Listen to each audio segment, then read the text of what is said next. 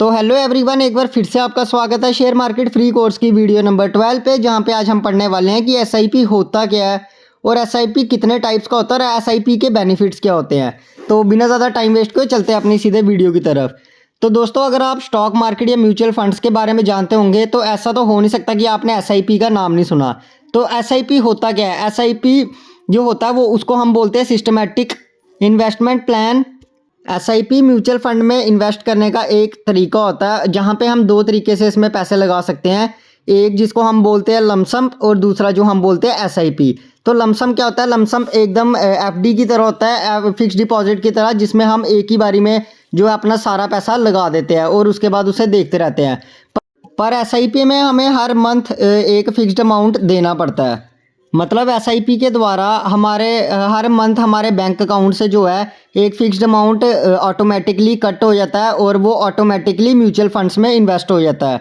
SIP easy और automatic होने के कारण आजकल ये बहुत ही ज़्यादा पॉपुलर हो रहा है। और अगर आप इसमें लॉन्ग टर्म के लिए एक पोजीशन बनाते हो तो अच्छे खासे प्रॉफिट होने के चांस बन जाते हैं। तो अपना नेक्स्ट टॉपिक आ जाता है कि एसआईपी के बेनिफिट्स क्या हैं, जिसमें सबसे फर्स्ट आ जाता है रुपी कॉस्ट एवरेजिंग।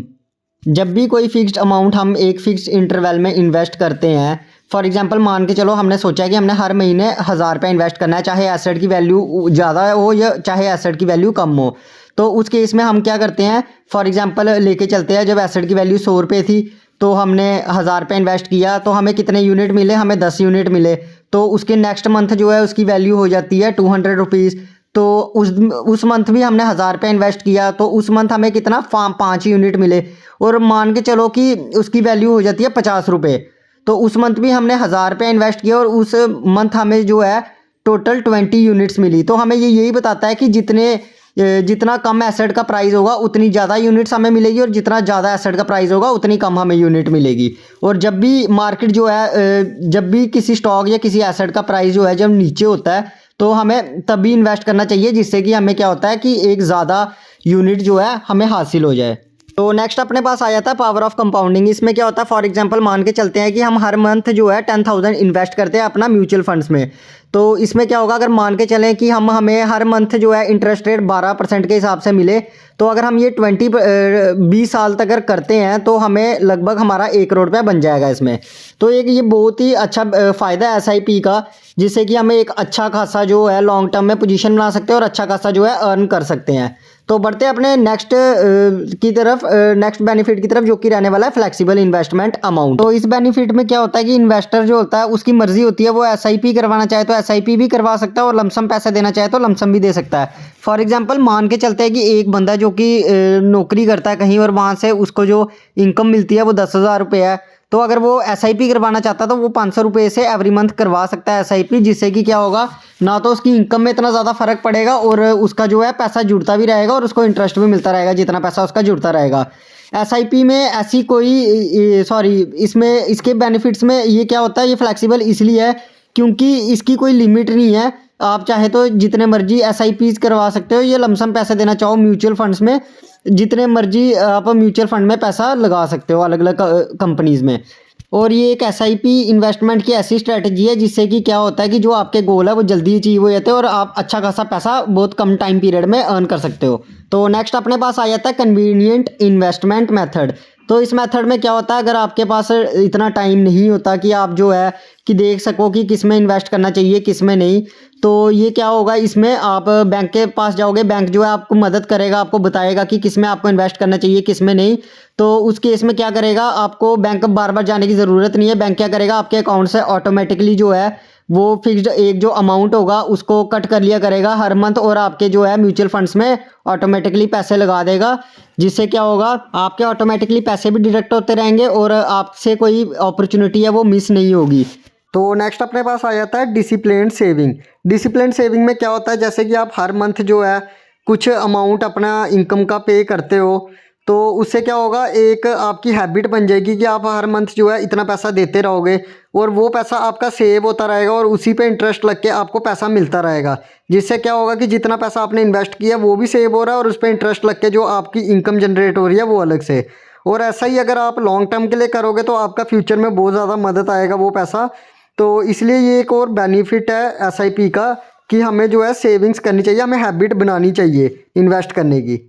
तो जो नेक्स्ट बेनिफिट है वो रहने वाला है फ्लेक्सिबल इन्वेस्टमेंट टर्नओवर। तो इसमें क्या होता है कि इसमें 6 इंस्टॉलमेंट्स देनी पड़ती है आपको एसआईपी की, जिससे कि क्या होता है अगर आप उसको कंटिन्यू करना चाहो तो कंटिन्यू भी कर सकते हो, और अगर अगर उतनी ही रखना चाहो तो उतनी ही रख सकते हो।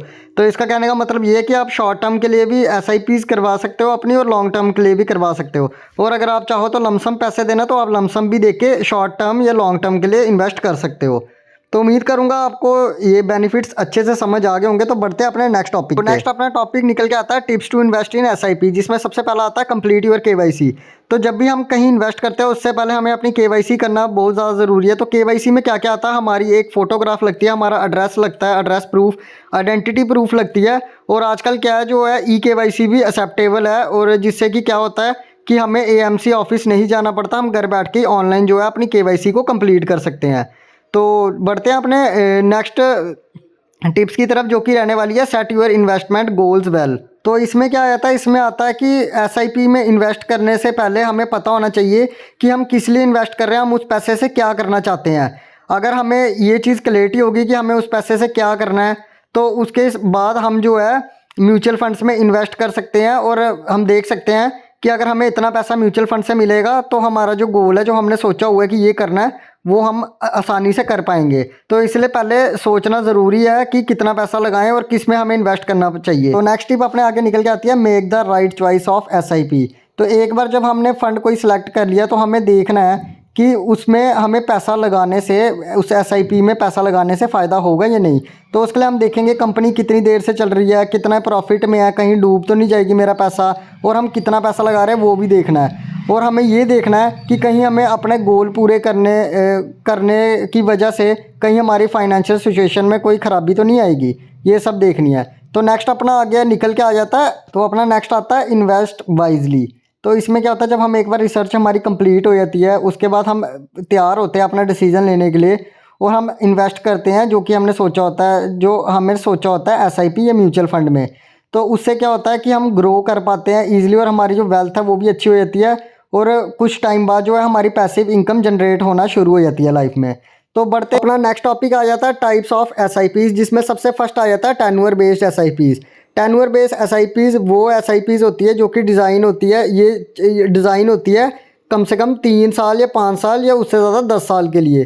तो इन्वेस्टर क्या करता है, वो ये चूज़ करता है और सेलेक्ट करता है, और उस हिसाब से पैसा जो है उसके अकाउंट से डिडक्ट होता रहता है, और वो बता देता है कि वो इतना रिस्क इस चीज़ पे ले सकता है। तो उसमें क्या होता है कि वो एक बार जब सेलेक्ट कर लेता है कि वो मंथली इतना पे करेगा, उसके बाद वो एसआईपी प्लान को अपने चेंज नहीं कर सकता, और उसको हर मंथ जो है उतना ही पैसा देना पड़ेगा जितना वो पीछे देता आया है। तो नेक्स्ट अपने पास आता है मल्टी एसआईपीज़। मल्टी एसआईपीज़ में क्या होता है, ये इन्वेस्टर जो होता है वो मल्टीपल म्यूचुअल स्कीम्स में पैसे लगाता है, जिसमें क्या होता है जो जितना उसने इन्वेस्ट करना होता है उसी पैसे में से उसका जो वो अमाउंट्स होते हैं वो डिवाइड होते रहते हैं उसकी रेशो के हिसाब से, जिसमें कि हर कंपनी में वो लगाता है और उसमें लिखा होता है कि वो इतना रिस्क ले सकता है और उसका ये ऑब्जेक्टिव है। तो बढ़ते हैं अपने नेक्स्ट टाइप की तरफ, जो कि रहने वाला है कॉम्बो सिप। तो कॉम्बो सिप में क्या होता है कि इन्वेस्टर जो होता है जितनी इन्वेस्टमेंट अमाउंट होता है वो उसको डिवाइड कर देता है इक्विटी और डेप्ट स्कीम में, जिससे कि क्या होता है जो पैसा होता है वो डिवाइड हो जाता है उसकी रेशो के हिसाब से कि इतना पैसा वो इक्विटी में लगाएगा और इतना जो है वो डेप्ट में लगाएगा, जिससे कि क्या होता है कि उसकी एक इनकम जनरेट होने के चांस बढ़ जाते हैं। और कॉम्बो एसआईपी है वो इन्वेस्टर को ये देती है कि जिससे वो बैलेंस इन्वेस्टमेंट कर सके और जो उसकी कैपिटल है उससे बढ़ा के वो एक इनकम जनरेट कर सके। तो नेक्स्ट अपने पास आ जाता है फ्लैक्सी सिप। फ्लैक्सी सिप में क्या होता है कि जो इन्वेस्टर होता है वो अपना अमाउंट स्पेंड करता है मार्केट की कंडीशन को देख के म्यूचुअल फंड स्कीम्स में। और फ्लैक्सी स्कीम में क्या होता है जो इन्वेस्टमेंट होती है वो फिक्स्ड नहीं होती है। फॉर एग्जांपल मान के चलते हैं एक इन्वेस्टर है वो इन्वेस्ट करता है तब जब मार्केट बहुत ज़्यादा डाउन होती है, और एक इन्वेस्टर वो कम पैसा लगाता है जब मार्केट अप होती है। तो इसमें ये दोनों हम कर सकते हैं। तो बढ़ते हैं अपने नेक्स्ट टाइप की तरफ, जो कि रहने वाला है step up SIPs. Step up SIPs में क्या होता है वो इन्वेस्टर की मदद करती है कि वो अपना जो इन्वेस्टमेंट है उसको इंक्रीज़ करते रहे अपने रेगुलर इंटरवल्स के साथ, जैसे कि 6 महीने या 1 साल के साथ। तो इसमें क्या होता है कि वो जो इन्वेस्टर होता है वो अपनी इन्वेस्टमेंट को इंक्रीज़ करता रहता है जितना उसने सोचा होता है, जैसे कि मैं 6 महीने में इतना इंक्रीज़ करूँगा या साल में इतना इंक्रीज़ करूँगा। तो स्टेप अप सिप जो होती है वो इन्वेस्टर की मदद करती है कि वो अपनी जो है इन्वेस्टमेंट को बढ़ाए, जिससे कि क्या हो उसकी जो इन फ्यूचर सेविंग्स है वो बढ़ जाए। तो अपनी नेक्स्ट और आज की लास्ट टाइप आ जाती है ट्रिगरशिप। ट्रिगरशिप में क्या होता है कि म्यूचुअल फंड स्कीम्स में ऐसे पैसे लगाते हैं जब मार्केट जो है मार्केट की कंडीशन को देखकर। इसमें क्या होता है कि अगर मार्केट कुछ परसेंटेज से गिर गई है तो ट्रिगरशिप जो है वो मदद करता है इन्वेस्टर की वो पैसा इन्वेस्ट करे और उससे जो है उसके हाथ से अपॉर्चुनिटी नहीं निकल जाए पैसा कमाने की। तो उम्मीद करूँगा कि सारी चीज़ें आपको बहुत अच्छे से समझ आ गई होगी और आपने नोट्स भी बना लिए होंगे। तो आज की वीडियो में बस इतना ही। उम्मीद करूँगा आपको वीडियो अच्छी लगी होगी और आपके लिए हेल्पफुल रही होगी। तो जाने से पहले लाइक करना मत भूलना। जो भी चैनल पर न्यू है चैनल को सब्सक्राइब कर देना ऐसी और वीडियोज़ के लिए। तो फिर मिलेंगे आपसे एक और वीडियो के साथ, तब तक के लिए गुड बाय।